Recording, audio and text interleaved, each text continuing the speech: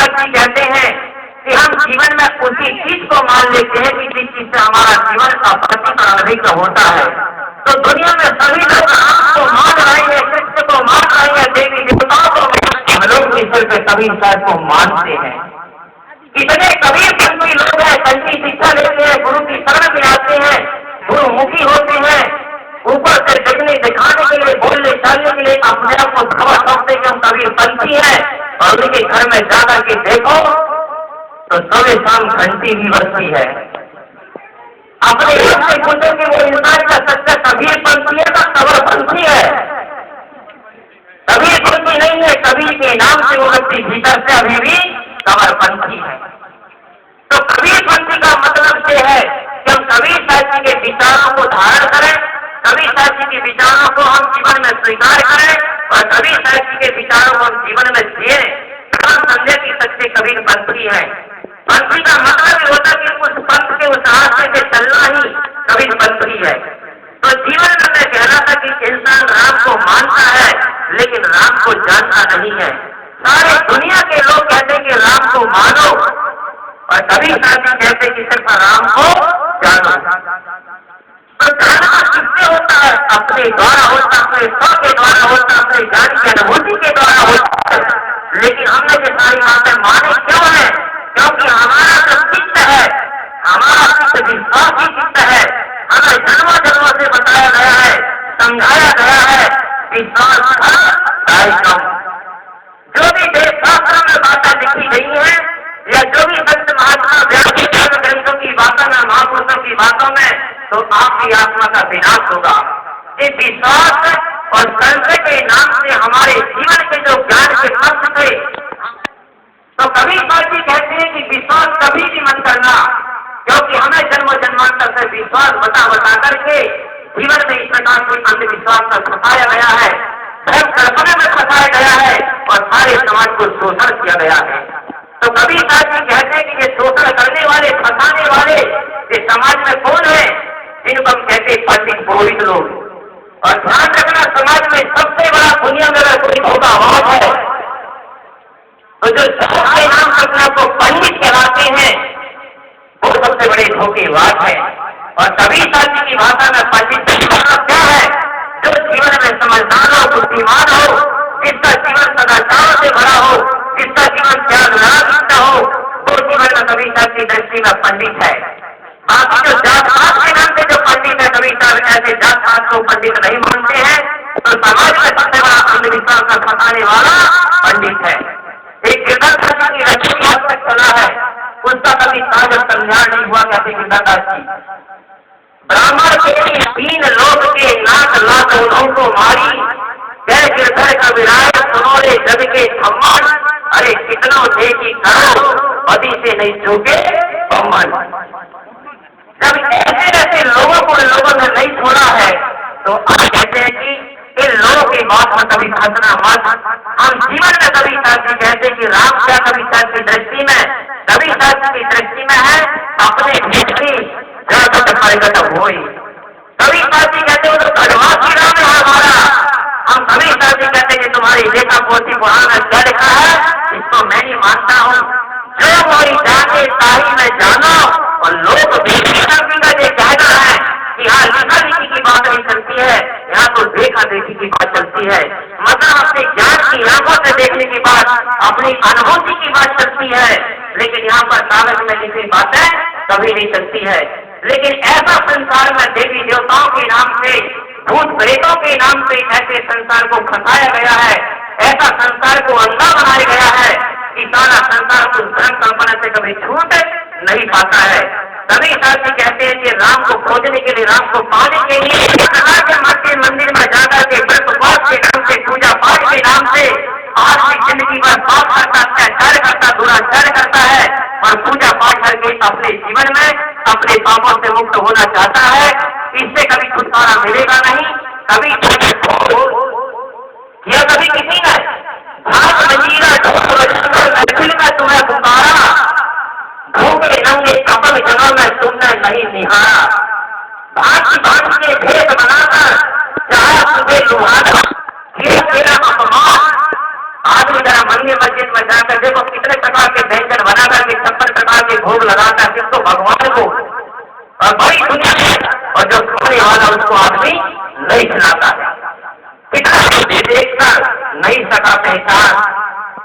संत कबीर ने दिया, यह हमें सद्ज्ञान। अरे बाहर तो क्या खोजता, अंदर है भगवान। तो सज्जनों, इसलिए जीवन की धोखा में कभी लगना मत है। न मंदिर में शर्म होती, न मस्जिद में खुशबू होता। और ये तमाशा हमसे है, न हम होते तो क्या होता। अगर जीवन में इंसान न होता तो सज्जनों, ये सारा तमाशा करने वाला कौन होता। इसलिए हम जीवन में अपनी सच्चाई को समझे, अपने आप में ठहरे, अपने भीतर ही मुड़े। किसी का नाम ही सत्संग है, किसी का नाम ही समाधान है। और जितना हो सके अपने जीवन में एक बात याद रखना, जीवन को बहुत करने का मतलब क्या है। ध्यान का मतलब है कि आप प्रत्येक व्यवहार की क्रिया को ध्यान रख करके करें। और साधना ही जीवन की समाधि है, और समाधि ही जीवन का समाधान है, और समाधान ही जीवन की परम विश्रांति है। बस इतना कहकर मैं अपने वाणी को विराम देता हूँ। आपने शांति का परिचय दिया। शांति से मेरी को दिलदार मिले, फूल मिले किसी को फूलों का हार मिले, यही मिले किसी को यार मिले, मगर मेरे जैसे संतोष दास को आप सबका प्यार मिले।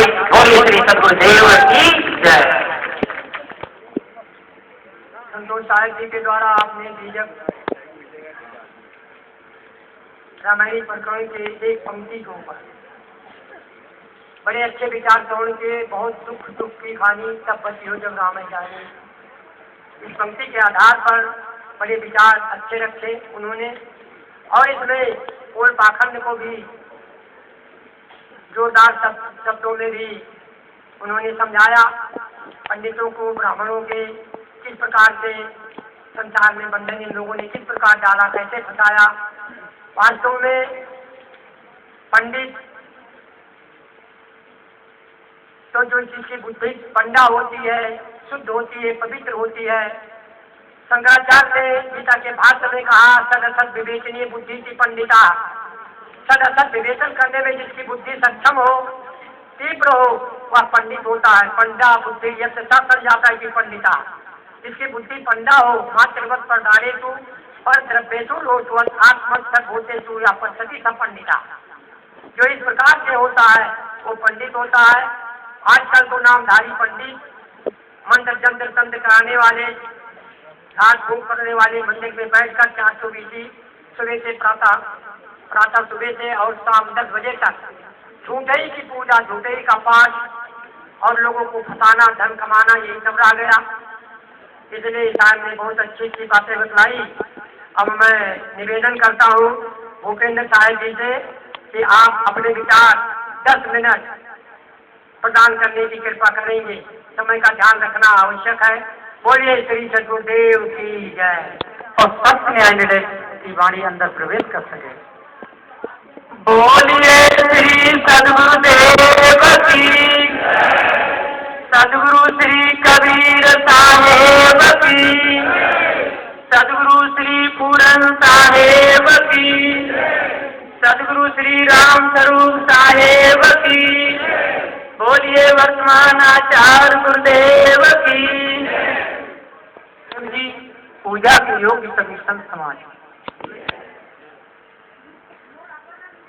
ने कहा है, सांच बराबर सप नहीं, झूठ बराबर पाप, जाके हृदय सांच है, ताके हृदय आप। सदगुरुदेव जी कहते हैं कि सांच बराबर सप नहीं। जो सत्य न्याय निर्णय से चलते हैं उनसे बड़ा तपस्वी कोई दुनिया में नहीं है। और झूठ बोल करके अपने आप को कहता है कि मैं बहुत बड़ा तपस्वी हूँ, और कपट रखता है और कहता है मैं बहुत बड़ा संत हूँ। कार्य कामी क्रोधी लालची इनसे भक्ति न हो, भक्ति करे कोई सूरमा जात वर्ण कुल कोई। कामी क्रोधी लालची इनसे भक्ति न हो, और भक्ति करे कोई सूरमा रात दिवस लो हो। दिन और रात में 24 घंटे होते हैं। कोई गंदा न हो जाए, किसी पर गलत हमारी नजर नहीं पड़ जाए, चोरी के लिए कई कदम नहीं बढ़ जाए, वो अपने आप को संभाल सकता है। जो सावधान से ड्राइवर गाड़ी को चलाता है और तब घटना होती है तो उसकी गलती नहीं मानी जाती। और शराब पी के चलाएगा तो पटक देगा, हाथ पैर टूट जाएंगे, प्रारब्ध पूरा नहीं होगा, हाथ पैर टूट जाएंगे, दुख भोगता रहेगा, पड़ा रहेगा। प्रारब्ध से पहले शरीर तो छूटेगा ही नहीं। तो सदगुरुदेव जी आपको क्या समझाते हुए कहते हैं, अभी दाद ने कहा था कि सबसे ज्यादा धोखा किसने दिया इस संसार में, कसर नहीं छोड़ी और निंदा भी नहीं की किसी की, और सदगुरुदेव झूठ भी नहीं बोले। तो सात बराबर सब नहीं और झूठ बराबर पाप। सदगुरुदेव कहते हैं कि यदि आप झूठ बोलोगे तो आप पापी, पाखंडी, दुराचारी, चोर, लवार इस स्थिति में आओगे, और सत्य बोलोगे तो सत्यवादी बनोगे। कहा कि एक छोटा बच्चा अपनी माँ से बोला, एक दृष्टांत है मुझे याद आया कि माँ मैं नौकरी करने के लिए जाऊंगा।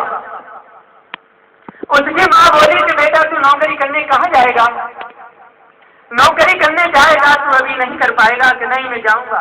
मान कर ठीक है जा, पर तू सत्य निर्णय से चलना और सत्य का उल्लंघन नहीं करना। ये सुन करके वो दिल्ली शहर में बच्चा पहुंच जाता है और एक हलवाई की दुकान पर जाकर के खड़ा हो गया। हलवाई बोला बेटा तू यहाँ क्यों खड़ा है? कि नौकरी करने के लिए आया हूँ, यदि आप मुझे नौकरी पर रख लो तो ठीक है। हलवाई बोला कि 1 महीने के तुझे 30 रुपए मिलेंगे, क्या 30 रुपए में तू अपना गुजारा कर सकता है? कि हाँ कर लूंगा, ठीक है। वहां रहने लगा, हलवाई की कहानियां मनने लगा। 1 महीना पूरा हुआ, हलवाई से बच्चा बोला हलवाई साहब अब मैं यहाँ पे जाना चाहता हूँ, मुझे माँ की याद आ रही है, मैं अपने वतन को जाऊंगा। उस हलवाई ने उसे 30 रुपए दे दिए। सुबह का समय था, एक चौराहे पर आकर के वो खड़ा हो गया। वो सोचता है कि यदि नगरवासी मुझे पूछेंगे कि दिल्ली का रास्ता कैसा है तो मैं क्या जवाब दूंगा। तो एक पंडित जी अपने घर से निकले, उनके तिलक भी लग रहा था, हाथ में माला थी, राम राम राधे श्याम सीताराम, राम राम राधे श्याम सीताराम करते हुए जा रहे थे। वो बच्चा सोचता है कि मैं इनको पूछूंगा तो ये ठीक पता बता देंगे रास्ता समझने का। आगे दौड़ता है, कहता है कि महाराज जी महाराज जी महाराज जी। बोले उल्लू का पट्टा गधे का बच्चा, बोल बोल क्या कहता है? तेने मेरा सारा भजन बिगाड़ दिया। वो बोला महाराज दिल्ली के रास्ता मुझे कैसे मिलेंगे मिलने के लिए कि किसी भले मनुष्य के सिर में 5 जूते मार देना और तुझे दिल्ली के रास्ता मिल जाए। बच्चा सोचता है कि इनसे भला और मुझे मिलेगा कौन? माला भी रख रहे हैं और अच्छे विद्वान मालूम पड़ते हैं और राम राम सीताराम भी रख रहे हैं। उसने जूता पैर में से उतारा और कहा कि पंडित जी को बैठ लो, आपका स्वागत कर लो। बच्चा छोटा था, आंख मीच करके उसने 5 जूते मारे और अरे इसने तो मेरी इज्जत बिगाड़ी थी। उसको पकड़ करके थानेदार के पास में पहुंचे। थानेदार भी रिश्वतखोर होते ले और सत्यवादी भी होते। ये कहते थे थानेदार साहब कि आपने ये दृष्टांत तो बोला पर ये मेरे ऊपर घटित नहीं होता है, मैंने किसी से रिश्वत नहीं ली, मैंने कि तो आप ठीक हो तो आपको लगेगा भी नहीं। अब वो थाने में पहुंच गए तो थानेदार ने 25 रुपए उससे जुर्माने के ले लिए। उस बच्चे के पास 5 रुपए रहे। बच्चा बोला थानेदार साहब 1 जूता क्या रुपए में पड़ा? कहते ने क्या जूते मारे? के 5 के 25 5 रुपए का 1 जूता। उसने पैर से उतार के वो कुर्सी पे बैठे थे, पीछे घूम करके 1 जूता में दिया और 5 रुपए दे दिए। थानेदार साहब बोले इसने तो मेरी इज्जत बिगाड़ दी। उसको पकड़ करके ले जा रहे हैं थानेदार साहब और वो पुजारी जी।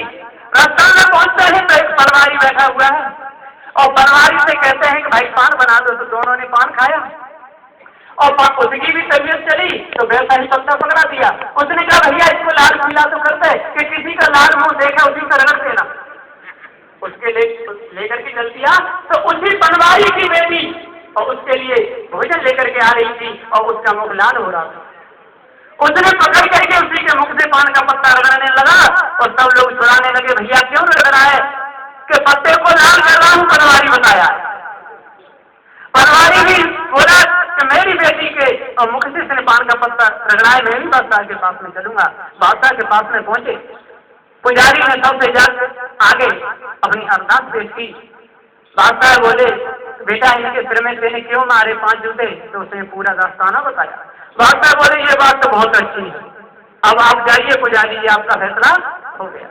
थानेदार साहब आए, उनसे कहा कि आपको क्या बात है कि मेरे भी सिर में इसने 1 जूता मारा, इनके भी क्यों मारा? तो उसने पूरा हाल बताया। तो थानेदार से बोले बहुत बढ़िया, आपकी भी पूजा होगी, आप भी जाइए। पनवारी को पूछा, पनवारी ने कहा मेरी